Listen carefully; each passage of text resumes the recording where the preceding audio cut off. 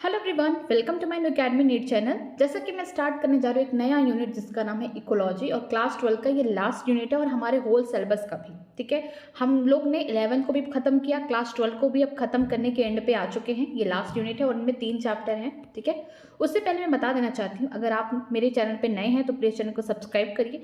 कोई भी प्रॉब्लम होती है आप मुझसे कमेंट सेक्शन में पूछ सकते हैं और जो कुछ भी मैंने पढ़ाया है, ठीक है, अब तक 11th और 12th को लेकर, उसके सारे PDF सारे नोट्स आपको मेरे टेलीग्राम चैनल पे मिल जाएंगे। तो आप मेरा टेलीग्राम चैनल ज्वाइन करने के लिए वीडियो के डिस्क्रिप्शन बॉक्स में या फिर चैनल के डिस्क्रिप्शन बॉक्स में लिंक होगा, आप वहां से ज्वाइन कर सकते हैं। कोई भी प्रॉब्लम होती है आप मुझसे पूछ सकते हैं। तो चलिए स्टार्ट करते हैं अपना नया यूनिट। ठीक है, इकोलॉजी बहुत ही अच्छा है, इंटरेस्टिंग है और NCERT बेस्ड क्वेश्चन ही आते हैं यहाँ से। ठीक है, तो चलिए पढ़ते हैं। इसमें 3 चैप्टर है, ऑर्गेनिज्म एंड पॉपुलेशन, जो कि ऑर्गेनिज्म अब नहीं है हमारे सिलेबस में, हम लोग पॉपुलेशन के बारे में बात करेंगे। इकोसिस्टम एंड लास्ट है क्या, बायोडाइवर्सिटी एंड इट्स कंजर्वेशन, किस तरीके से हमें बायोडाइवर्सिटी को पढ़ना है एंड देन उसे बचाना भी है। तो चलिए स्टार्ट करते हैं। Diversity is not only a characteristic of the living organism but also content in the biology text book. ठीक है, जो डाइवर्सिटी है, जो विभिन्नताएं हैं, ये केवल एक कैरेक्टरिस्टिक नहीं है लिविंग ऑर्गेनिज्म की। ठीक है, ये हमारे लिए भी, हमें भी पढ़ने के लिए बायोलॉजी में एक कंटेंट है। ठीक है, हम किस तरीके से अपने डाइवर्सिटी को पढ़ सके, कैसे उनके बारे में और सारी चीज़ें जान सकते हैं, क्या क्या उसके कैरेक्टरिस्टिक है, ठीक है, किस तरीके से हमने उसे कंजर्व कर सकते हैं, तो हम उसको भी as a biology in text book पढ़ते हैं। Biology is presented either as a botany, zoology and microbiology or a classical and modern। ठीक है, हम बायोलॉजी को उसको प्रेजेंट करते हैं, जो भी ये डाइवर्सिटी है लिविंग ऑर्गेनिज्म को, कि हम उसको क्या करते हैं एज ए बायोलॉजी उसको प्रेजेंट किस फॉर्म में करते हैं। अगर हम प्लांट्स के बारे में पढ़ते हैं तो उसे बॉटनी में पढ़ेंगे, अगर हम एनिमल्स के बारे में पढ़ेंगे उसे जोलॉजी में पढ़ेंगे, अगर हम माइक्रो ऑर्गेनिज्म के बारे में पढ़ते हैं, ऐसे ऑर्गेनिज्म जो आंखों से नहीं दिखेंगे, नेक डाई से नहीं दिखेंगे, माइक्रोस्कोप लगाना पड़ेगा, इलेक्ट्रॉन माइक्रोस्कोप लगाना पड़ेगा, तो इसको हम कहाँ पढ़ते हैं, माइक्रोबायोलॉजी में पढ़ते हैं। ठीक है, या फिर क्लासिकल हो सकता है या फिर मॉडर्न हो सकता है। तो हम बोल सकते हैं जो डाइवर्सिटी है, जो चारों तरफ विभिन्नताएं हैं, डिफरेंट टाइप की स्पीसीज हैं हमारे अर्थ पर, हम उसे as a biology in text book पढ़ते हैं as a different branches of biology, that is botany हो गया, जूलॉजी हो गया, माइक्रोबायोलॉजी हो गया। ठीक है, हम उस फॉर्म में पढ़ते हैं। The latter is the effusion for the molecular except of a biology. ठीक है, यहाँ पे बोली गई है कि कुछ कठोर बातों को बहुत ही प्यार से बताया गया है। ठीक है, luckily we have many thread which weaves the different area of biological information into the unifying principle. बोला गया है कि लकली हमारे पास बहुत रास्ते हैं जिसमें हम डिफरेंट एरिया जो है बायोलॉजिकल इन्फॉर्मेशन को, उसको हम यूनिफाई कर सकते हैं, इकट्ठा कर सकते हैं उनके प्रिंसिपल्स को। Ecology is one such thread which give us the holistic perceptive to biology. Ecology उनमें से एक है जिससे हम क्या कर सकते हैं, प्रिंसिपल्स जो एरिया हैं उनको हम क्या कर सकते हैं, पढ़ सकते हैं, परसीव कर सकते हैं। The essence of the biological understanding is to know how organism, while remaining an individual, interact with other organism and physical habitat as a group and hence behave like organized whole, that is population, community, ecosystem or even as the whole biosphere। बोला जा रहा है अगर हमको biological understanding generate करनी है, कैसे organism है, कैसे एक इंडिविजुअल है, कैसे एक ऑर्गेनिज्म से दूसरे ऑर्गेनिज्म के साथ रिश्ता है, कैसे एक एबायोटिक का बायोटिक के साथ यहाँ पे रिलेशनशिप है, कैसे हम एक ही इन्वायरमेंट में डिफरेंट टाइप के डिफरेंट स्पीसीज के लोग सर्वाइव करते हैं। ठीक है, तो ये सारी चीज़ों को स्टडी करने के लिए हमको पहले पॉपुलेशन के बारे में जानना होगा, कम्युनिटी के बारे में जानना होगा, इकोसिस्टम क्या है, फिर हम बहुत बड़े से बायोस्फीयर के बारे में जान सकते हैं। ठीक है, आगे देखते हैं। Ecology explain to us all this thing, जो भी ये पॉपुलेशन है, कम्युनिटी है, इकोसिस्टम, बायोम्स है, ठीक है, हमारा पूरा जो बायोस्फीयर है, इसको कौन समझाता है, इकोलॉजी समझाता है। और ये बताता है किस तरीके से हर ऑर्गेनिज्म के बीच में जो इंटरेक्शन है वो बताएगा, किस तरीके से ऑर्गेनिज्म और एबायोटिक, जैसे कि टेम्परेचर हो गया, वाटर हो गया, एवरीथिंग जो एबायोटिक बोल सकते हैं यहाँ पे थिंग्स है, उनसे कैसा यहाँ पे इंटरेक्शन है वो बताएगा। तो हम इसे इकोलॉजी में पढ़ते हैं। ठीक है, a particular aspect of this is the study of the anthropogenic environmental degradation and the socio-political issue it has risen। ठीक है, हम क्या कर रहे हैं कि हम ह्यूमन अपने एक्शन के द्वारा अपने इन्वायरमेंट को खराब कर रहे हैं। एंथ्रोपोजेनिक का मतलब है कि ह्यूमन का जो एक्शन है ना, वो हमारे जो हो सकते इन्वायरमेंट है उसके लिए खराब है, जिसकी वजह से एक सोशल पॉलिटिकल इशू भी इस समय है। ठीक है, The unit describe as well as take a critical view of the above except, ठीक है, ये यूनिट आपको बताएगी किस तरीके से आप अपने इन्वायरमेंट को, अपने बायोडाइवर्सिटी को किस तरीके से बचा सकते हैं। ये सारी चीज़ें हम इस यूनिट में पढ़ेंगे। पहले रिलेशन देखेंगे, क्या किसका रिलेशन किसके साथ है इकोलॉजी में, कैसे वर्क करता है एक पूरा इकोसिस्टम, ठीक है, इसके बारे में पढ़ेंगे। एंड लास्टली हम देखेंगे कि हमारी बायोडाइवर्सिटी जो है वो किस तरीके से डे बाय डे कम होती हुई जा रही है, ठीक है, किस तरीके से हम अपने ही एक्शन के द्वारा बहुत सारी स्पीसीज को ख़त्म करते जा रहे हैं, तो उसको कंजर्व करने के लिए भी तरीके बताएंगे। आगे बढ़ते हैं हम लोग साइंटिस्ट के बारे में। रामदेव मिश्रा, जो रामदेव मिश्रा है, पहले इनके बारे में लिख दीजिए, father of ecology in India, ठीक है, father of ecology in India, that is Ramdev Mishra, ठीक है। अगर पूछा जाएगा कि रामदेव मिश्रा कौन है, father of ecology in India, अब इनके बारे में पढ़ते हैं। Ramdeo Misra is a revered as the father of ecology in India. जो रामदेव मिश्रा है, इनको हम क्या मानते हैं, ये हमारे फादर ऑफ इकोलॉजी हैं इंडिया के।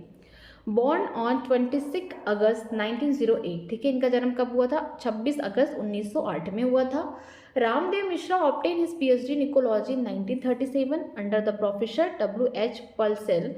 फिर यहाँ पे लिखा गया है FRS from the Leeds university in the UK, ठीक है। इन्होंने अपनी PhD को कंप्लीट किया है इकोलॉजी से, कब किया था, 1937 में किया था। और अंडर द प्रोफेसर, यहाँ पे दो प्रोफेसर के नाम दिए गए हैं, और किस यूनिवर्सिटी से किए हैं, लीड यूनिवर्सिटी से, UK में किए हैं।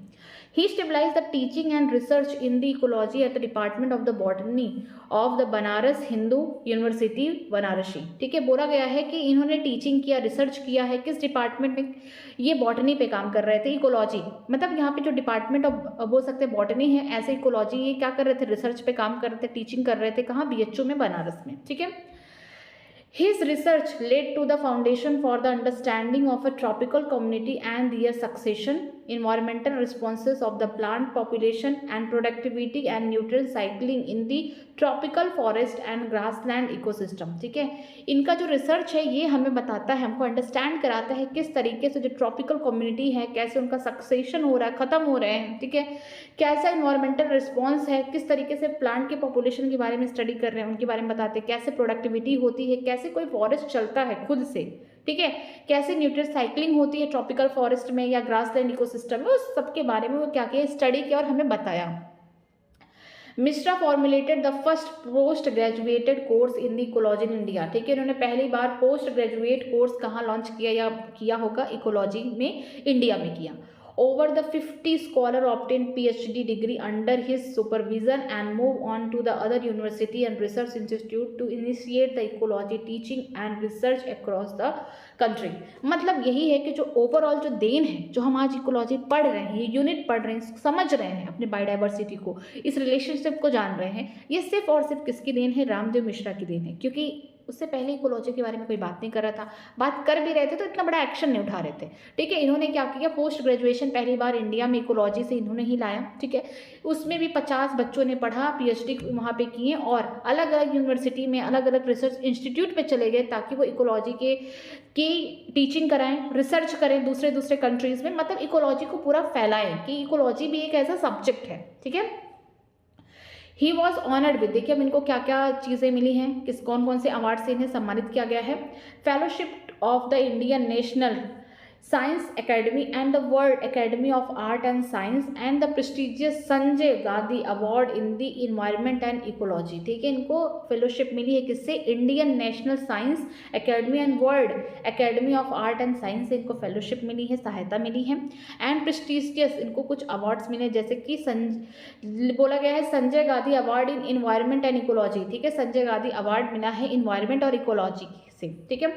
ड्यू टू हिज एफर्ट, इनकी मेहनत से, the government of India established the national community for the environmental planning and coordination in 1972 which in the later year paved the way for establishment of the Ministry of the Environment and Forest in 1984।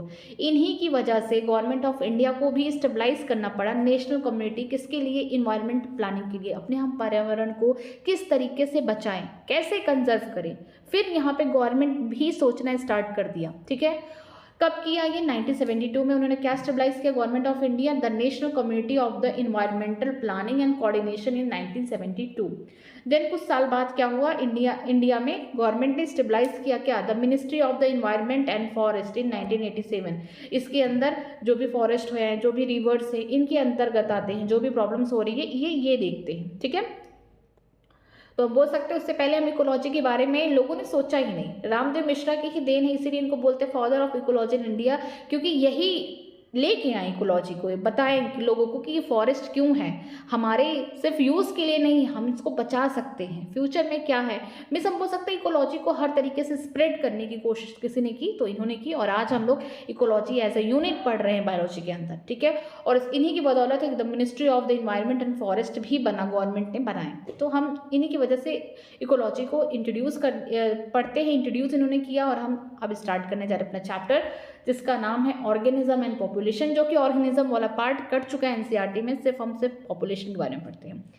देखिए कोई भी organism किससे बना है, ठीक है। अगर हम बात करते हैं एकदम सबसे छोटा, सबसे बेसिक यूनिट अगर हम बात करते हैं तो वो क्या हो सकता है? सबसे छोटा basic unit electron, proton, neutron, ठीक है। सबसे बेसिक यूनिट है किसी भी ऑर्गेनिज्म, किसी भी मैटर की, क्या है यहाँ पे? एटॉमिक पार्टिकल, ठीक है। इससे भी छोटा हो सकता है बट एटॉमिक बोल सकते पार्टिकल से बात करते हैं।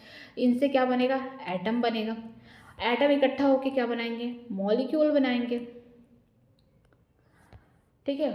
मॉलिक्यूल से हम बोल सकते हैं यहाँ पे आगे चल के क्या बनेगा? मैक्रो मॉलिक्यूल बनेंगे, थोड़े बड़े मॉलिक्यूल बनेंगे, ठीक है। या फिर हम इसको बोल सकते हैं बायो मॉलिक्यूल बनेंगे।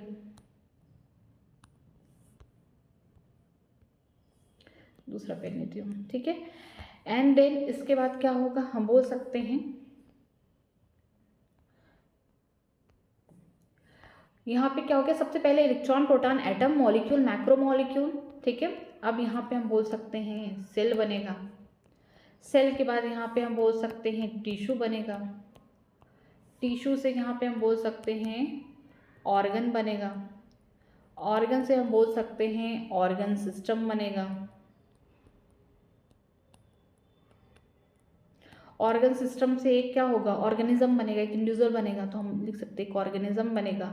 ढेर सारे ऑर्गेनिज्म सेम स्पीसीज को उसे हम क्या बोलेंगे? कम्युनिटी बोलेंगे, सॉरी पॉपुलेशन बोलेंगे।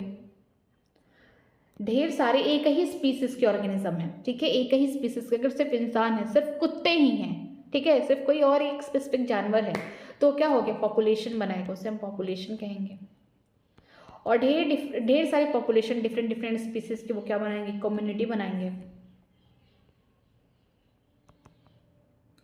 और कम्युनिटी से आगे चल के हम बोल सकते हैं बायोम्स बनेगा। कहीं नदी बह रही है तो कहीं पहाड़ है, ठीक है, तो हम कहीं बोल सकते हैं कि झील है, डेजर्ट है, grass land, this are biomes. And then biome से क्या बनेगा? हमारा होल बायोस्फीयर बनेगा, ठीक है, जहाँ ज़मीन भी है, ठीक है, पानी भी है, आसमान भी है, तो that is biosphere, that is our earth, ठीक है।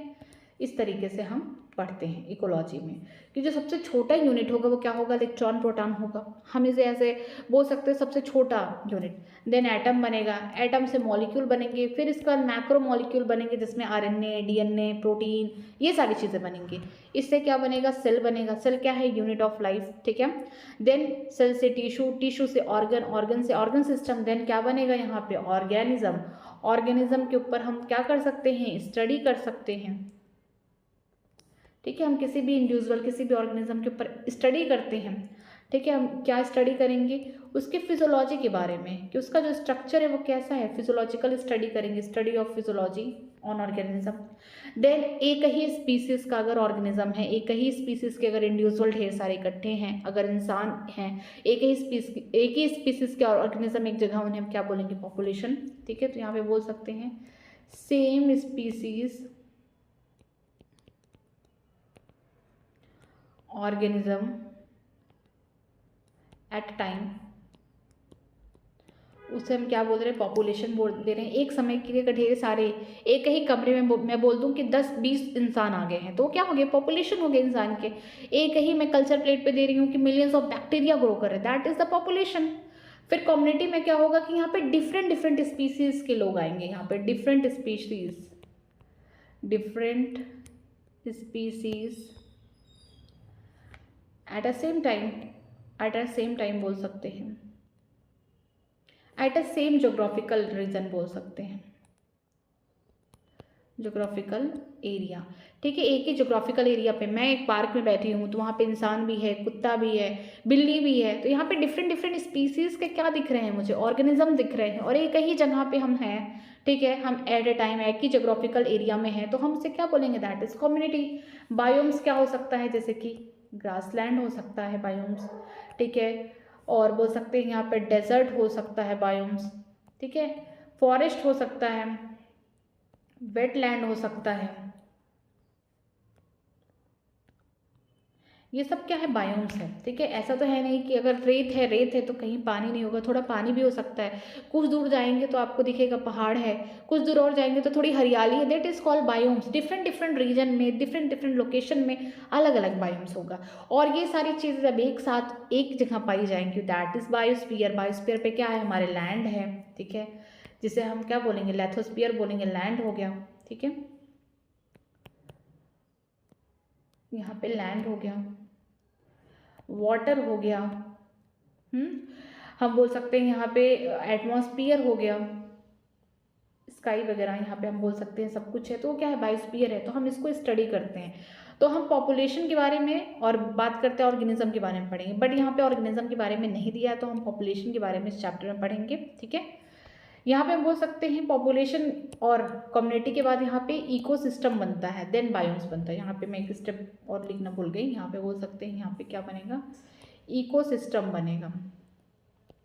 ठीक है, इकोसिस्टम बनेगा, इसके बाद देन बायोम्स। ठीक है, इकोसिस्टम आगे हमारा चैप्टर है, जो कि फंक्शनल यूनिट है किसका, हमारे इकोलॉजी का। ठीक है, जो फंक्शनल यूनिट होगा हमारी इकोलॉजी का, वो कौन है, इकोसिस्टम है। यही इकोसिस्टम से ही हम जिंदा हैं, इस तरीके से यहाँ पॉपुलेशन है। ठीक है, डिफरेंट डिफरेंट टाइप के इकोसिस्टम पढ़ेंगे। तो सबसे पहले जानिए जो बेसिक चीज़ है, क्या, इलेक्ट्रॉन प्रोटॉन से एटम बने, फिर मॉलिक्यूल बने, मैक्रो मॉलिक्यूल में जैसे RNA, DNA, protein, this are called macro molecule या बायोमॉलिक्यूल बोलेंगे। जब एक साथ इकट्ठा हुए तो सेल, ढेर सारे सेल एक ही सेम ओरिजिन के सेम फंक्शन करे, उसे टिश्यू बोलेंगे। टिश्यू से ऑर्गन बना, ऑर्गन से ऑर्गन सिस्टम बना, फिर एक ऑर्गेनिज्म बना। ठीक है, जिसके हम फिजियोलॉजी के बारे में स्टडी कर सकते हैं। ठीक है, और सेम ही ऑर्गेनिज्म, सेम ही स्पीसीज के अगर ऑर्गेनिज्म एक समय पे एक जोग्राफिकल एरिया पे, उसे हम पॉपुलेशन बोलेंगे। अगर डिफरेंट डिफरेंट स्पीसीज के ऑर्गेनिज्म सेम जोग्राफिकल एरिया पे, उसे हम कम्युनिटी बोलेंगे। कम्युनिटी के बाद क्या बनता है, इकोसिस्टम बनता है। इकोसिस्टम के बाद बायोम्स बनेगा, एंड देन लास्ट हमारा बायोस्फीयर होगा। ठीक है, तो चलिए चैप्टर स्टार्ट करते हैं। हमको पढ़ना है इस चैप्टर में सिर्फ बोल सकते हैं पॉपुलेशन, ऑर्गेनिज्म वाला पार्ट नहीं है। तो चलिए स्टार्ट करते हैं। यहाँ पे our living world is fascinating, diverse and amazing complex. हमारा जो संसार है, जो लिविंग वर्ल्ड है, बहुत ही ज़्यादा फैसिनेटिंग है, बहुत ही डाइवर्स है। डिफरेंट डिफरेंट चीज़ें आपको देखने को मिलेंगी, आप बहुत सारी चीज़ों को देखेंगे तो खुद सरप्राइज हो जाएंगे, इतना अमेजिंग सा है। We can try to understand its complexity by investigating the processes at the various level of biological organization, that is macromolecule, cell, tissue, organ, individual means organism, population, community, ecosystem and biomes. ठीक है, हमको अगर पढ़ना है अपने इस living world को, या फिर बोल सकते हैं अपनी लिविंग सिस्टम को अगर हमें पढ़ना है, तो हमको छोटे छोटे लेवल से पढ़ाई करना स्टार्ट होना, हमको स्टडी करना पड़ेगा छोटे छोटे बेसिक लेवल से। जैसे कि हम स्टार्ट कहाँ से करेंगे, पहले मैक्रो मॉलिक्यूल के बारे में पढ़ेंगे, सेल के बारे में, टिश्यू के बारे में, ऑर्गन सिस्टम, फिर एक इंडिविजुअल बनेगा, एक ऑर्गेनिज्म बनेगा। ठीक है, एक ही ऑर्गेनिज्म या एक ही स्पीसीज के ढेर सारे ऑर्गेनिज्म यहाँ पे प्रेजेंट होंगे, उसे हम पॉपुलेशन बोलेंगे। ठीक है, डिफरेंट टाइप के स्पीसीज के अगर ऑर्गेनिज्म एक जगह प्रेजेंट होंगे, उन्हें कम्युनिटी बोलेंगे। ठीक है, और एक ही इकोसिस्टम में है। ठीक है, बायोम्स, ये सारी चीज़ें हम कहाँ पढ़ रहे हैं, हमको अगर अपने इस कॉम्प्लेक्स सी दुनिया को पढ़ना है तो सबसे पहले मैक्रो मॉलिक्यूल के बारे में जाने, सेल के बारे में जाने, टिश्यू के बारे में जाने, organ system, organism, population, community, ecosystem, biomes, and then the whole biosphere in your eyes. ठीक है, at any level of the biological organization we can ask two type of question. For example, when we hear the bulbul singing early morning in a garden, we may ask how does the bird singing or why does the bird singing. ठीक है, हम जब in biological organisation के बारे में पढ़ते हैं तो हमारे दिमाग में दो सवाल आते हैं, हाउ एंड वाई टाइप। ठीक है, अगर हम अपने गार्डन में सुबह सुबह बैठे हुए हैं और वहाँ पे बुलबुल गाना गा रही है, तो हमारे दिमाग में दो सवाल आएंगे कि हाउ डज द बर्ड सिंग, किस तरीके से, ये कैसे बोल सकते हैं कि बर्ड गा रही है। Why does the bird sing, क्यों गा रही है, गाना क्यों गा रही है। The how type question seek the mechanism behind the process. जो हाउ टाइप का क्वेश्चन आएगा कि किस तरीके से ये जो बुलबुल है वो गाना गा पा रही है, तो मैकेनिज्म पूछना चाहते हैं कि कैसे ये काम कर रहा है। While the why type question seek the significance of the process. जो वाई टाइप का क्वेश्चन होगा, why does the bird sing, क्यों गाना गा रही है चिड़िया, ठीक है, तो वो पूछना चाहता है इस क्वेश्चन से वाई से कि उसका क्या उद्देश्य है इस प्रोसेस का, वो गाने जो गा रही है इसका क्या उद्देश्य है।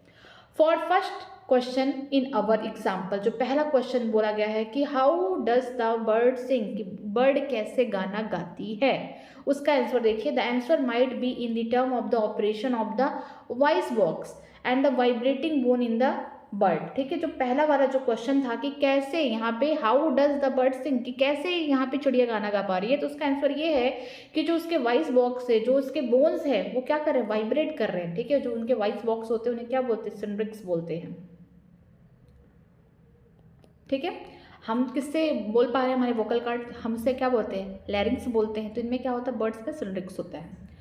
Where for the second question answer में lie in the birds need to communicate with its mate during the breeding season. तो दूसरा क्वेश्चन था हमारे पास कि why does the bird sing, ये चिड़िया क्यों गाना गा रही है, किस लिए गा रही है, क्या कारण है, ठीक है। तो उसका रीज़न ये है कि जो उसका ब्रीडिंग पीरियड चल रहा है, वो ब्रीडिंग सीजन चल रहा है, वो अपने मेल पार्टनर को बुला रही है, कम्युनिकेट कर रही है मेट करने के लिए कि ये समय आ चुका है हमें ब्रीडिंग करने का। तो यहाँ पे जो हाउ टाइप का क्वेश्चन होगा वो मैकेनिज्म जानने की कोशिश करेगा कि कैसे वो बोल पा रही है, कैसे वो गा पा रही है, लेकिन वाई क्यों गा रही है, उसका ये रीज़न है कि उसका क्या है उद्देश्य, ठीक है। उसका उद्देश्य यही है, this is the breeding season, ठीक है।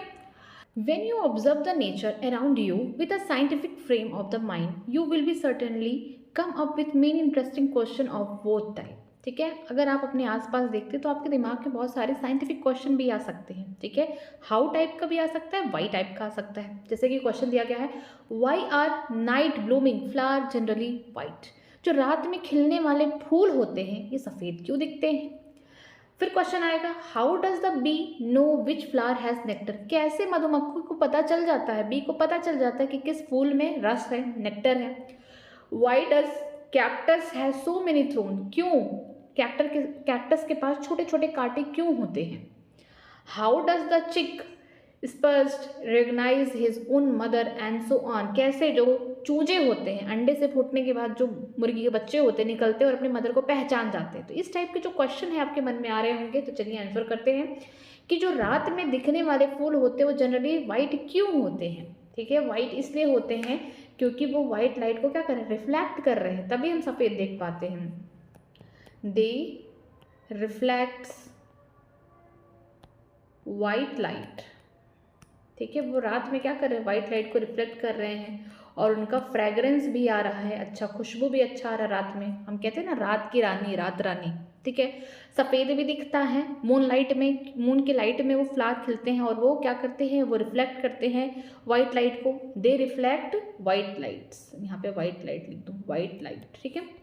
और फ्रेगरेंस आते हैं। फिर दूसरा क्वेश्चन था कि किस तरीके से बी पहचान जाता है कि इस फूल के अंदर नेक्टर भरा है। तो देखिए जो बी है ना, उसके भी बहुत सारे लोग होते हैं, मेंबर होते हैं उनके झुंड के। एक होता है स्काउट बी, ठीक है। ये जो बी है ना, ये इंडिकेट करता है, अगर ये जाएगा पहले पता लगाने कि किस फूल के पास नेक्टर है। जिस फूल के पास नेक्टर होगा उसी के चारों तरफ ये नाचने लगेगा, देन नाचने लगेगा तो बताएगा कि आओ आओ इसी फूल के अंदर से नेक्टर निकालो। तो स्काउट बी है, ये क्या करता है, इंडिकेट्स अदर बीज, दूसरे जो मधुमक्खी उनको अदर बीज इंडिकेट अदर बीज to other bees by dancing around flower, ठीक है। जिस फूल के अंदर रस भरे होंगे, नेक्टर होंगे, ये स्काउट बी क्या करेगा, उसके चारों तरफ नाचने लगेगा, जिसकी वजह से जो दूसरे बी हैं वो जान जाएंगे कि इस वाले फूल के पास क्या है, रस है, ठीक है। फिर क्वेश्चन है कि क्यों कैक्टस के पास कांटे होते हैं। कांटे इसलिए होते हैं, पहला उनको प्रोटेक्शन चाहिए, उनके जो ब्राउजिंग एनिमल हैं उनसे क्या चाहिए, उनको प्रोटेक्शन चाहिए, ठीक है। दूसरा उसका रीज़न ये है कि वो क्या कर रहे हैं, वाटर को कंजर्व कर रहे हैं। तो दूसरा होगा conservation of water, conservation of water, क्योंकि कैक्टस कहाँ ग्रो करते हैं, डिजर्ट एरिया में करते हैं जहाँ पानी की बहुत कमी होती है, जिसकी वजह से वो अपने लीफ को मॉडिफाई करके स्पाइन बना लिए, कांटे बना लिए हैं, थ्रोन्स बना लिए। तो इससे इनको दो काम हो रहा है, एक तो पहला प्रोटेक्शन मिल रहा है, दूसरा वाटर का कंजर्वेशन हो रहा है। और लास्ट क्वेश्चन ये है कि किस तरीके से जो मुर्गी के अंडे हैं वो फूटते हैं, उसमें से जो चूजे निकलते हैं, चिकन्स निकलते हैं, वो अपनी माँ को कैसे पहचान जाते हैं। एक मैकेनिज्म होता है इम्प्रिंटिंग, ठीक है, इससे वो जान जाते हैं कि उनकी माँ यही है, इम्प्रिंटिंग, ठीक है। तो ये सब जो क्वेश्चन हमारे मन में आते हैं ऐसे रैंडम देख के, तो इनका भी एक साइंटिफिक बेसिस है। चलिए आगे देखते हैं। You have already learn in a previous class that the ecology is a subject, जैसा कि आप पहले पढ़ चुके हैं कि इकोलॉजी क्या है, is a subject which study the interaction among the organism and between the organism and it's physical abiotic environment. जैसा कि हम जानते हैं कि जो इकोलॉजी है एक यूनिट है, एक सब्जेक्ट है जिसमें हम स्टडी करते हैं ऑर्गेनिज्म के बीच का interaction, relationship, organism and abiotic environment के, मतलब कि एक ऑर्गेनिज्म के बीच में कैसा रिलेशनशिप होगा, बायोटिक का हम बोल सकते हैं interaction, and biotic and abiotic जो इन्वायरमेंट है उनमें क्या संबंध है।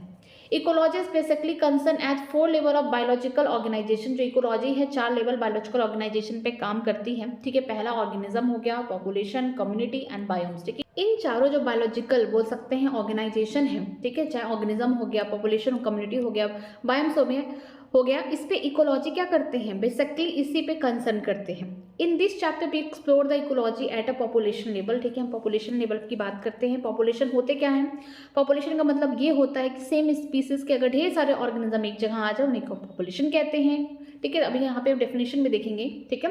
याद रखेगा स्टडी ऑफ पॉपुलेशन को हम क्या बोलते हैं, डेमोग्राफी बोलते हैं। यहाँ पे मैं लिखती हूँ study of population, study of population को हम क्या बोलते हैं, डेमोग्राफी बोलते हैं, डेमोग्राफी,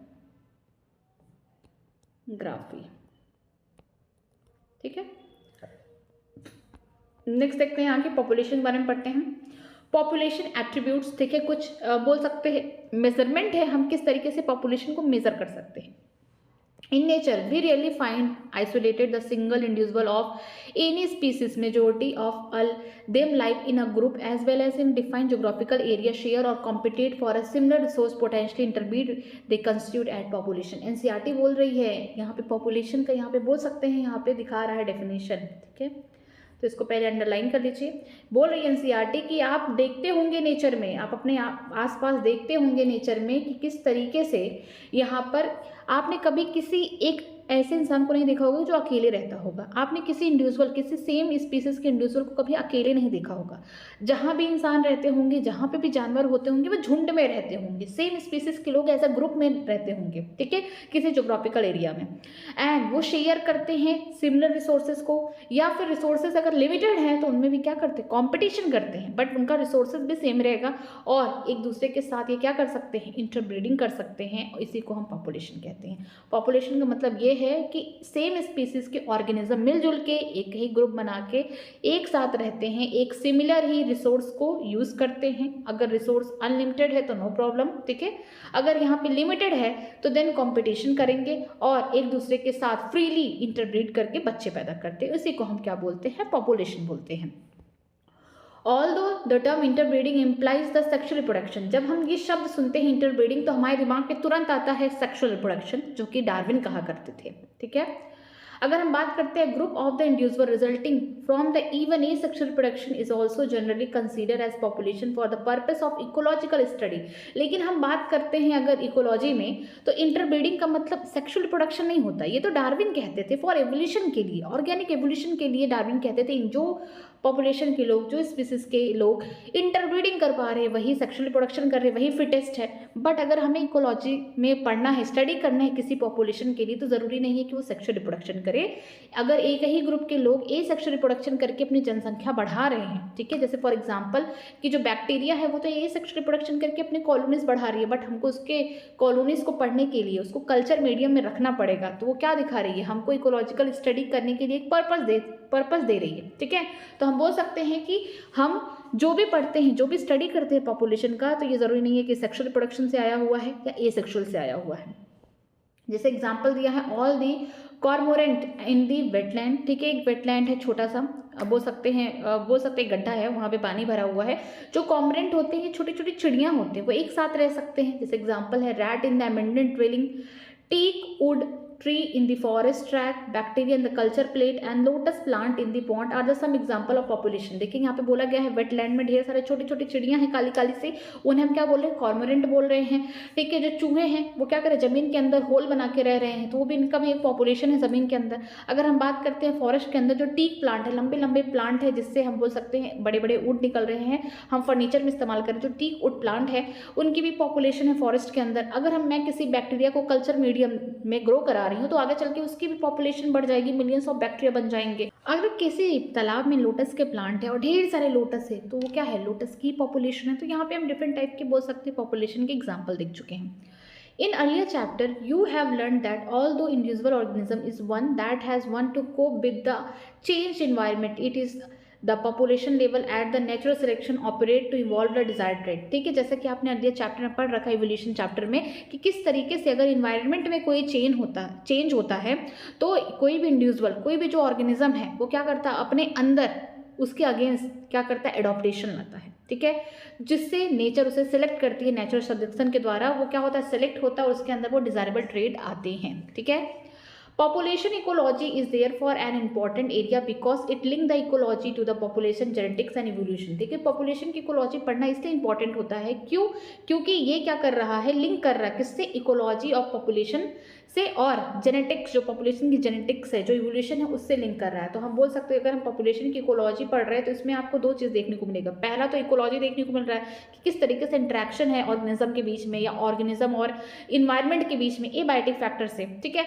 दूसरा क्या देखने को मिल रहा है कि यहाँ पे पॉपुलेशन की जेनेटिक्स क्या है, उसके अंदर कैसे जीन है, किस तरीके से अडॉप्ट कर रहा है, कैसे वो सर्वाइव कर रहा है, किस तरीके से उसके अंदर इवोल्यूशन हो रहे हैं। तो ये हम कहाँ पढ़ते हैं, पॉपुलेशन इकोलॉजी में। नेक्स्ट देखते हैं पॉपुलेशन है सर्टेन एट्रीब्यूट। पॉपुलेशन के पास कुछ सर्टेन एट्रीब्यूट होते हैं whereas individual organism does not, जैसे कि एक इंडिविजुअल ऑर्गेनिज्म के पास नहीं होता है।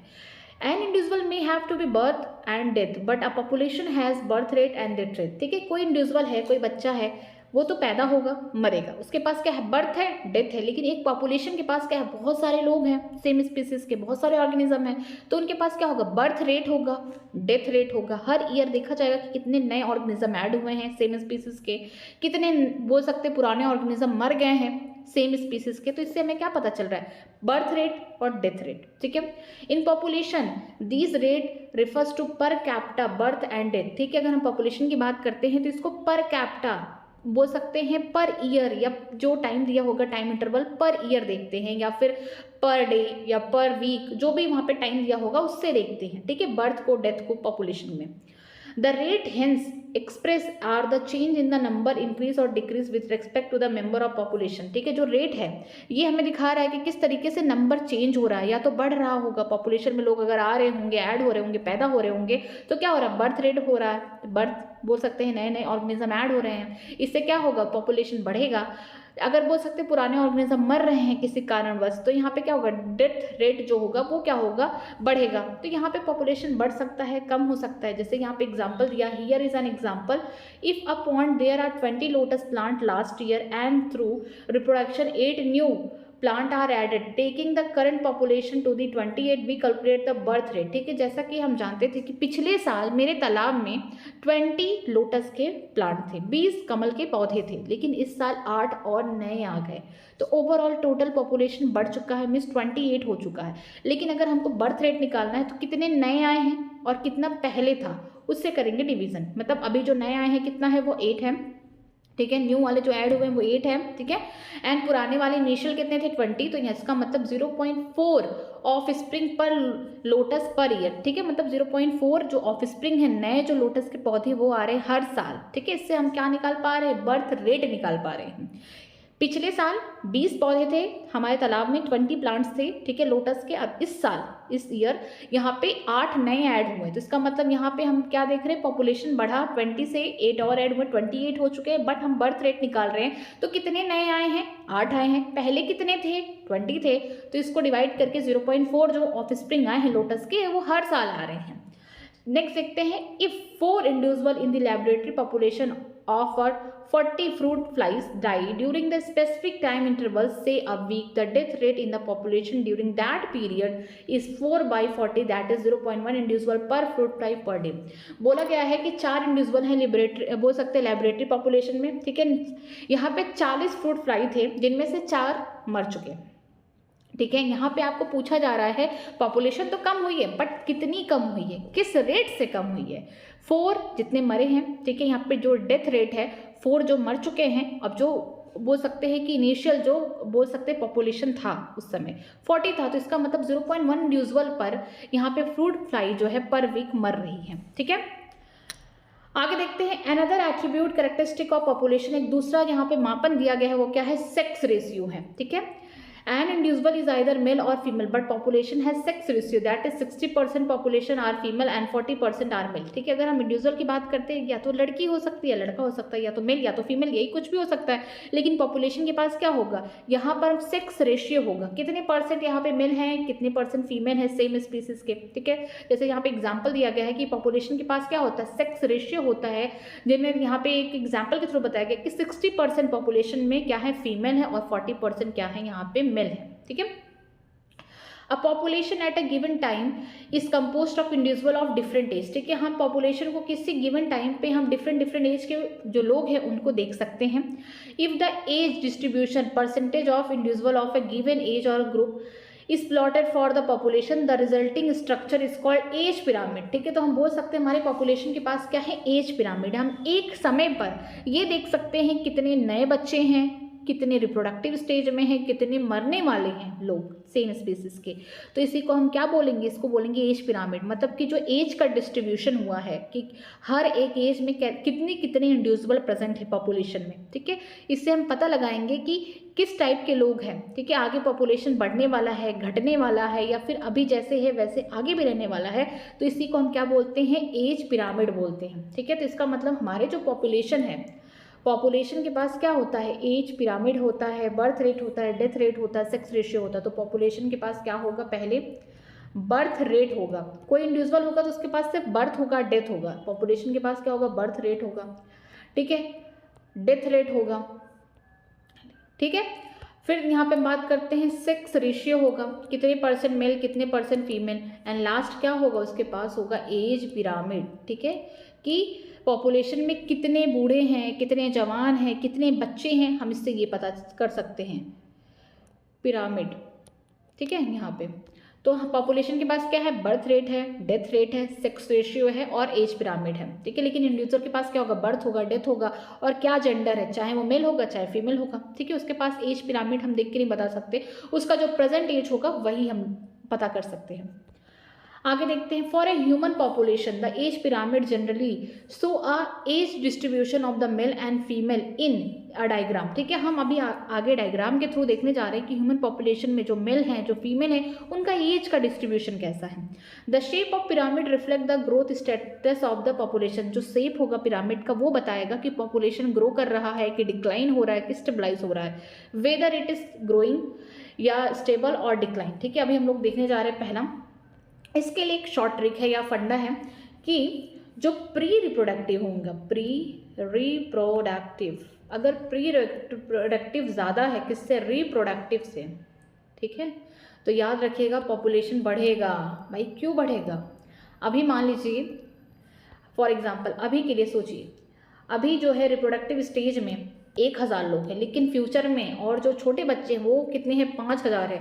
तो आगे चल के इसका मतलब जब ये बच्चे प्री रिप्रोडक्टिव वाले स्टेज में, जो बच्चे आगे जब रिप्रोडक्टिव स्टेज में पहुंचेंगे तब पॉपुलेशन कितना जल्दी बढ़ेगा। तो इसका मतलब जो प्री रिप्रोडक्टिव अगर ज़्यादा है रिप्रोडक्टिव से, इसका मतलब पॉपुलेशन इंक्रीज हो रहा है, ठीक है। अगर हम बोल सकते हैं प्री रिप्रोडक्टिव कम है, ठीक है, रिप्रोडक्टिव से, तो इसका मतलब पॉपुलेशन घटेगा, ठीक है। अभी मान लो भी 10,000 लोग रिप्रोड्यूस कर पा रहे हैं, आगे 2,000 करेंगे फ्यूचर में, तो इसका मतलब कि आगे पॉपुलेशन घटने वाली है। अगर मान लीजिए प्री रिप्रोडक्टिव, ठीक है, बराबर है रिप्रोडक्टिव के, देन जो अभी पॉपुलेशन है वही सेम रहने वाली है, मीन्स स्टेबल होने वाला है, ठीक है। यहाँ पे अगर 1000 लोग आज रिप्रोड्यूस कर रहे हैं और फ्यूचर में 1000 बच्चे हैं वो आगे रिप्रोड्यूस करने वाले हैं, तो इसका मतलब पॉपुलेशन कहीं ना कहीं स्टेबल होने वाला है। तो हम बोल सकते हैं यहाँ पे जो पहला पिरामिड है, यहाँ पे देखिए प्री रिप्रोडक्टिव है, reproductive and post reproductive. Pre reproductive में वो लोग होंगे जो अभी रिप्रोडक्शन करने लायक नहीं है, हम इस प्यूबर्टी के नीचे हैं। रिप्रोडक्टिव में वो लोग हैं जिनकी शादी हो चुकी है, जो बच्चे पैदा कर रहे हैं। पोस्ट रिप्रोडक्टिव में वो लोग हैं जो अब बच्चे पैदा नहीं कर सकते, अब बुढ़ापे की स्टेज में हैं, ठीक है। अगर प्री रिप्रोडक्टिव ज़्यादा है किससे, रिप्रोडक्टिव से, तो इसका मतलब पॉपुलेशन आगे बढ़ने वाला है। तो इस टाइप का आपको क्या देखने को मिलेगा, पिरामिड शेप का यहाँ पे एज पिरामिड देखने को मिलेगा। तो हम इसको क्या बोल रहे हैं, ट्रायंगुलर शेप का, यहाँ पे देखिए पिरामिड बोल सकती है, ट्रायंगुलर शेप का यहाँ पे स्ट्रक्चर देखने को मिलेगा। तो ये क्या एक्सपेंडिंग है, यहाँ पे बोल सकते हैं ट्रायंगुलर शेप, ठीक है। यहाँ पे जो शेप होगा, मैं यहाँ पे शेप डाल दे रही हूँ, शेप क्या होगा, यहाँ पे ट्रायंगुलर होगा और यहाँ पे पॉपुलेशन क्या होगी, बढ़ेगी, एक्सपेंड होगी, ठीक है। फिर देखते हैं कि अगर pre reproductive and post reproductive, यहाँ पे प्री रिप्रोडक्टिव और पोस्ट रिप्रोडक्टिव बराबर हैं, तो इसका मतलब फ्यूचर में जो पॉपुलेशन होगी स्टेबल होगी। और ये जो शेप है कुछ इस टाइप का देखने को मिल रहा है, घंटा जैसा शेप है, तो इसको हम क्या बोलते हैं, इसको बोलेंगे हम लोग बेल शेप, ठीक है, कि आज जो जितनी पॉपुलेशन है फ्यूचर में भी इतनी ही होने वाली है। फिर देखते हैं यहाँ पे जो प्री रिप्रोडक्टिव कम है as compare to the reproductive, ठीक है। यहाँ पे देखिए प्री रिप्रोडक्टिव वाले जो लोग हैं बहुत ही कम है एज कम्पेयर टू रिप्रोडक्टिव, जितना भी रिप्रोडक्शन हो रहा है फ्यूचर में उससे भी कम होने वाला है। तो इसका मतलब पॉपुलेशन कम हो रहा है, तो ये क्या होगा, डिक्लाइनिंग होगा पॉपुलेशन। और जिसका शेप होगा वो देखिए कुछ लट्टू के जैसे है, इस तरीके से जो लट्टू होता है उसके जैसा है, तो हम बोल सकते हैं अनसेफ का है, ठीक है, अनसेफ, ठीक। तो यहाँ पे हम ये देख के बता सकते हैं, एज पिरामिड देख के बता सकते हैं कि आगे पॉपुलेशन बढ़ने वाली है, स्टेबल होने वाली है, डिक्लाइन होने वाली है। अगर प्री रिप्रोडक्टिव, ठीक है, अगर प्री रिप्रोडक्टिव ज़्यादा है किससे, रिप्रोडक्टिव से, तो कैसा होगा, पॉपुलेशन एक्सपेंडिंग होगा, बढ़ेगा, ग्रोइंग होगा, और उसका शेप कैसा होगा, ट्रायंगुलर होगा। अगर प्री रिप्रोडक्टिव एंड रिप्रोडक्टिव दोनों बराबर हैं, जितना आज पॉपुलेशन है उतना फ्यूचर में भी होने वाला है, तो कैसा होगा, स्टेबल होगा। तो हम इसको क्या बोलेंगे, ये बेल शेप का यहाँ पे आपको पिरामिड देखने को मिलेगा। अगर फ्यूचर में बोल सकते हैं कि जो रिप्रोडक्टिव वाले हैं वो ज़्यादा थे पहले, ठीक है, प्री रिप्रोडक्टिव वाले कम होने वाले हैं फ्यूचर में, मतलब ये है कि फ्यूचर में प्री रिप्रोडक्टिव वाले जब रिप्रोडक्शन वाली स्टेज में आएंगे वो कम हो जाएंगे एज कम्पेयर टू जो रिप्रोडक्टिव वाले अभी हैं। तो क्या होगा, यहाँ पे डिक्लाइन पॉपुलेशन होगा, पॉपुलेशन घट जाएगा, जैसा कि आपको ग्राफ देखने को मिलेगा अनसेफ, ठीक है। तो इससे हम देख के बता सकते हैं। आगे देखते हैं, the size of population tell us the lot about it status in the habitat. जो साइज है पॉपुलेशन की, अगर पॉपुलेशन बहुत बढ़ रहा है तो इसका मतलब उसके पास रिसोर्सेज है, उसके पास सारी चीज़ें मिल रही है, तभी लोग खा रहे हैं, पी रहे हैं, एंजॉय कर रहे हैं, बच्चे पैदा कर रहे हैं, पॉपुलेशन बढ़ा रहे हैं। तो कहीं ना कहीं जो साइज है पॉपुलेशन की हमको ये बताता है कि वो किस हैबिटेट में रहते हैं, ठीक है, कैसे जगह रहते हैं। Whatever the ecological processes we wish to investigate in a population, be it outcome of a competition with another species, the impact of the predator or the effect of the pesticide application, we always evaluate them in term of any change in the population size, ठीक है। बोला जा रहा है कि जो ecological processes होते हैं, अगर हम किसी पॉपुलेशन में इन्वेस्टिगेट करें, जाके देखें, तो यहाँ पे आउटकम देखने को मिलेगा कि अगर कोई दूसरी स्पीसीज है, कंपटीशन कर रही है सेम रिसोर्सेज के लिए, ठीक है, इसका इम्पैक्ट और देखने को मिलता है। अगर कोई पॉपुलेशन कम हो रहा है, या तो उसको प्रीडेटर की प्रेशर है कि शिकारी आ जाएगा उन्हें खा जाएगा, तो इनकी पॉपुलेशन कम हो जाएगी, या तो हम ये देखेंगे कि पेस्टिसाइड वगैरह उनका इस्तेमाल हो रहा है, तो जिसकी वजह से पेस्ट का पॉपुलेशन कम हो रहा है। तो इन सब से क्या होगा कि किसी पॉपुलेशन के साइज में चेंज देखने को मिलेगा। कौन कौन सा रीज़न हो सकता है, पहला रीज़न ये होगा कि कॉम्पिटिशन हो रहा है दूसरे स्पीसीज से सेम रिसोर्स के लिए, ठीक है। दूसरा क्या होगा, प्रीडेटर का प्रेशर होगा, शिकारी का प्रेशर होगा। तीसरा क्या है कि अगर यूज़ किया जा रहा है पेस्टिसाइड एप्लीकेशन, पेस्ट को मारने के लिए हम बाहर से पेस्टिसाइड डाल रहे हैं, तो इससे क्या होगा, पेस्ट की पॉपुलेशन को खतरा है। तो इन सब चीज़ों से हम ये देख सकते हैं कि यहाँ पे पॉपुलेशन की साइज क्या होगी, चेंज हो सकती है। आगे देखते हैं, the size in nature could be low as the less than 10 Siberian crane at the Bharatpur wetland in any year or go into the million chlamydomonas in the pond. अगर आप देखेंगे साइज का, ठीक है, नेचर में अगर साइज देखेंगे कि हर बार ठंड के मौसम में क्या होता है कि साइबेरियन क्रेन कहाँ आते हैं, भरतपुर वेटलैंड में आते हैं हर साल, वो भी 10 से कम ही आते हैं, बट उनकी पॉपुलेशन हम इससे देखते हैं। या फिर अगर हम देखें पॉन्ड के अंदर जो क्लैमिडोमोनास है उनकी मिलियंस ऑफ पॉपुलेशन है, तो इससे हम ये देख पा रहे हैं कि यहाँ पे क्लैमिडोमोनास पूरा भर भर के पड़े हैं एज कम्पेयर टू साइबेरियन जो बहुत ही कम 10 ही आ रहे हैं, ठीक है, इनकी पॉपुलेशन तो 10 है वेटलैंड में। लेकिन अगर हम बात करते हैं क्लैमिडोमोनास की, तो इनकी मिलियंस पॉपुलेशन है पॉन्ड्स में, तो हम बोल रहे हैं ये नंबर के अकॉर्डिंग हम इनके साइज को काउंट कर रहे हैं, पॉपुलेशन साइज को, ठीक है।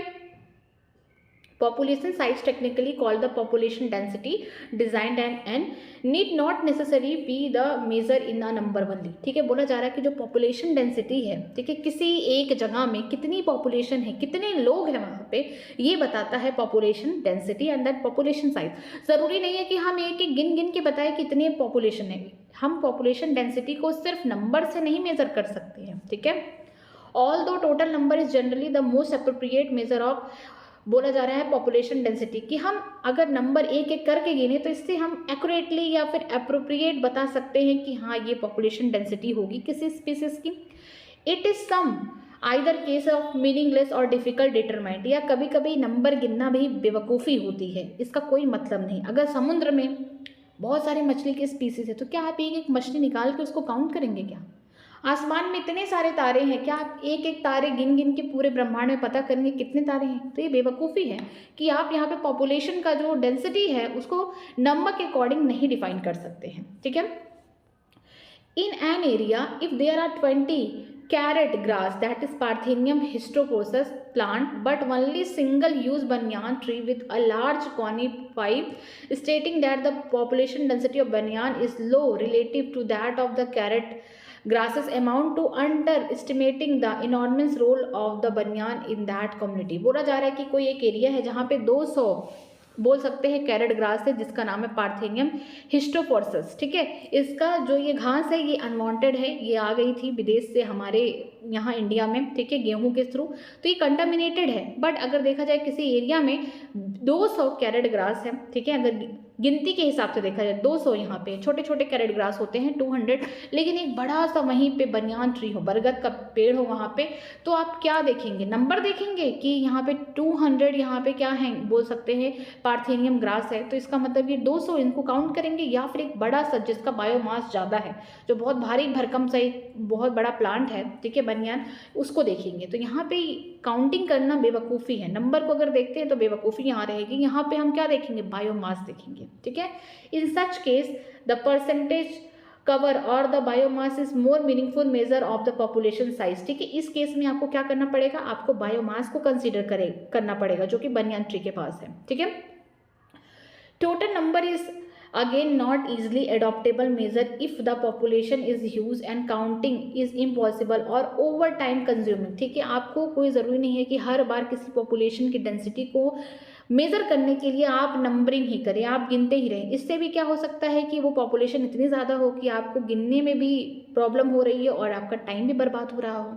If you have a dense laboratory culture in bacteria in a petri dish, what is the best method to reported density? अगर आप लैब के अंदर हैं और आपके पास क्या है, न्यूट्रिशन मीडियम है, या फिर आपने कल्चर बनाया और उसमें क्या हो रहा है, बैक्टीरिया अपने आप को यहाँ पे डिवाइड करता हुआ जा रहा है, तो क्या आप एक एक बैक्टीरिया को गिनते जाएंगे? वहाँ पे क्या करेंगे? Sometime for a certain ecological investigation there is no need to keep the absolute population density, relative density serve the purpose equally well। ठीक है, कभी कभी ये भी देखने को मिलता है कि हम किसी इकोलॉजिकल इन्वेस्टिगेशन पे गए हैं, हम देखने जा रहे हैं कि किस स्पीसीज का पॉपुलेशन कितना है, ठीक है, तो वहाँ पे हमको यहाँ पे एक्यूरेट बताने की ज़रूरत नहीं है, हमें यहाँ पे नंबर से काउंटिंग करने की ज़रूरत नहीं, हम यहाँ पे रिलेटिव डेंसिटी ही ला के उसको समझ सकते हैं कि वो इक्वली बराबर है किसके? एब्सोल्यूट पॉपुलेशन डेंसिटी के। मतलब कि आप यहाँ पे हमेशा काउंटिंग ही नहीं कर सकते, यहाँ पे आप उसके आसपास का ही नंबर ला के सोच सकते हैं कि हाँ शायद इतना ही हो सकता है, अनुमान लगा सकते हैं। For instance the number of the fish catch per trap is good enough to measure total population density in lake. ठीक है, मान लीजिए एक झील है, उसमें मछली भर भर के पड़ी हुई है, तो आप एक एक मछली निकाल के थोड़ी ना गिनने जा रहे हैं कि कितनी मछली की यहाँ पे पॉपुलेशन है, ये तो आपकी बेवकूफ़ी होगी, या आपके पास इतना समय नहीं है, आप एक एक मछली थोड़ी ना निकाल के उसको काउंट करेंगे कितनी है। नो, ये सही रास्ता नहीं है। ठीक है, आपको पॉपुलेशन डेंसिटी देखना है तो एक बार आप पूरा मेज़र कर लीजिए। फॉर एग्जांपल आपने इतना बड़ा मान लीजिए आपका लेक है, सपोज करिए, तो आपने क्या किया, इतनी दूर पे आपने अपना जाल फैला दिया, ठीक है, इसको, और यहाँ से जितनी यहाँ पे मछली की स्पीसीज निकली तो आप उसी से, मान लीजिए 10% एरिया है तो आप उसी से क्या करिए, पूरा इसका अनुमान निकल, मान लीजिए यहाँ पे आपको 100 निकला, 10% में सपोज करिए 100 मछली निकली, तो आगे की जो 100% है उसको देखने के लिए आपको क्या करना है, मल्टीप्लाई कर देना है। इससे क्या होगा, आप रिलेटिवली बता सकते हैं कि इस पॉपुलेशन कितनी है, पॉपुलेशन की डेंसिटी कितनी है। तो यहाँ पे आपको एक्यूरेटली मेजर करने की ज़रूरत नहीं है। अगर आप बहुत बड़े झील में हैं, बहुत बड़े तालाब में हैं, तो आपने एक बार में नेट फेंका, जितनी बार जितनी मछलियाँ उस जाल में फंसी, आप उतने एरिया का निकाल लीजिए कि इतने एरिया में कितनी मछली है, तो इसका मतलब टोटल कितना होगा एरिया, उससे मल्टीप्लाई करके आप इसको निकाल सकते हैं।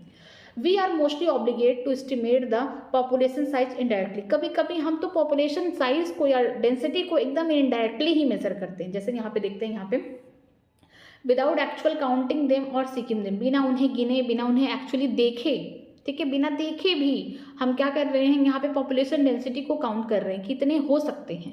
The tiger census in our national park and tiger reserve is often based on pug mark and the faecal pellets, ठीक है। जो हमारे नेशनल पार्क्स में या टाइगर रिजर्व में जो टाइगर होते हैं, आप उनको बिना देखे, बिना काउंट किए आप उनकी पॉपुलेशन डेंसिटी बता सकते हैं, वो भी इनडायरेक्टली। वो कैसे?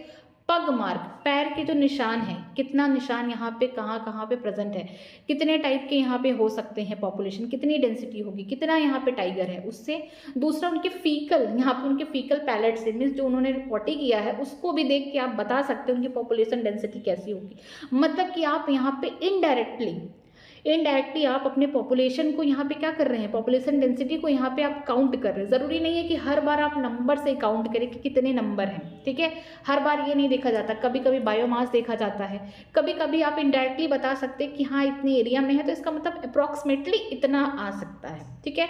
कभी कभी आप इतनी इनडायरेक्टली चले जा रहे हैं कि आपने ऑर्गेनिज्म को देखा ही नहीं, वो जिंदा है कि नहीं है, कब का था, कुछ आपको नहीं पता। आप उसके पग मार्क एंड फीकल पैलेट से ही आप क्या कर रहे हैं, उनके पॉपुलेशन डेंसिटी को यहाँ पे मेजर कर रहे हैं। तो यहाँ पे बहुत सारे आपने यहाँ पे देखा कि डिफरेंट एट्रीब्यूट होते हैं पॉपुलेशन में, जैसे कि बर्थ रेट हो गया, पॉपुलेशन के पास बर्थ रेट होता है, डेथ रेट होता है, सेक्स रेशियो होता है, कितने परसेंट मेल हैं कितने फीमेल हैं, ठीक है। एज पिरामिड के थ्रू आपने देखा कि पॉपुलेशन आगे बढ़ेगी, घटेगी या स्टेबल होने वाली। अगर प्री रिप्रोडक्टिव ज़्यादा है, रिप्रोडक्टिव से, तो मतलब फ्यूचर में पॉपुलेशन बढ़ेगी, ट्रायंगुलर शेप को देखने को मिलेगा यहाँ पे एज पिरामिड। अगर प्री रिप्रोडक्टिव से कम है तो इसका मतलब पॉपुलेशन घटने वाली, डिक्लाइनिंग होगा, इसका मतलब अन शेप का देखने को मिलेगा। अगर प्री रिप्रोडक्टिव एंड रिप्रोडक्टिव दोनों बराबर, तो इसका मतलब जो आज पॉपुलेशन है आगे भी फ्यूचर में इतना ही रहने वाला है, तो कैसा होने वाला है, स्टेबल होने वाला है। तो यहाँ पे आप क्या कर रहे हैं, पॉपुलेशन को एज ए एज पिरामिड देखा। अब आगे आपने देखा कि किस तरीके से आप नंबर के अकॉर्डिंग देख रहे हैं, नंबर के अकॉर्डिंग, जैसे कि 10 साइबेरियन क्रेन भरतपुर में आ रही हैं और आप एक तालाब में देखेंगे मिलियंस ऑफ क्लैमिडोमोनास है, ठीक है, क्लैमिडोमोनास है, तो आप उनको क्या करें, नंबर के अकॉर्डिंग काउंट कर रहे हैं, ठीक है। इसके बाद आप देखते हैं पार्थेनियम ग्रास 200 है और एक बड़ा सा बनियान ट्री है, तो यहाँ पे बायोमास का बोल सकते हैं क्राइटेरिया लगाएंगे। आप ये नहीं देखेंगे 200 है, यहाँ पे एक ही बनियान ट्री, उसका बायोमास ज़्यादा है, ठीक है, तो उससे आप देखेंगे।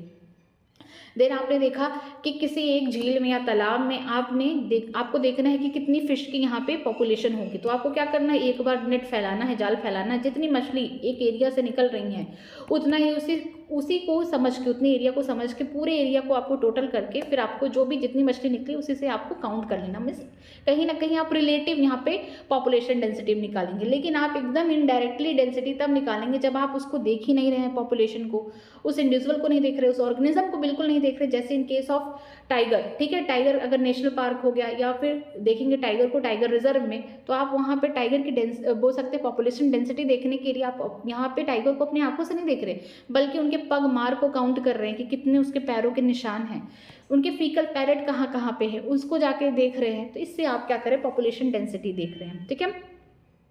आज हम लोग यहीं तक पढ़ेंगे, बाकी कल हम लोग कंटिन्यू करेंगे पॉपुलेशन ग्रोथ, जो कि बहुत ज़्यादा इंपॉर्टेंट है। यहाँ पे 2 ग्राफ आपको देखने को मिलेंगे। अगर आपको कहीं भी कोई भी डाउट है तो प्लीज़ मुझसे कमेंट सेक्शन में पूछ सकते हैं, मैं उसका रिप्लाई करूँगी। प्लीज़ वीडियो को लाइक करिए, हो सके अपने फ्रेंड को भी शेयर करिए, कोई भी प्रॉब्लम होता है आप मुझसे पूछ सकते हैं। बाकी पढ़ाई करते रहिए। All the very best. Thank you so much.